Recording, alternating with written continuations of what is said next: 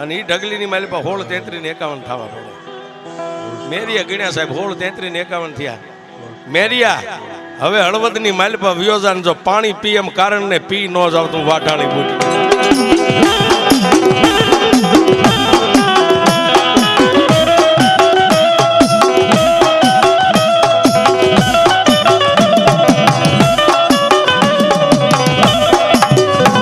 જેના કુળમાં મારી બુટ પૂજાય, જેના વડવાએ મારી બુટના પિયાલા પીધા હો.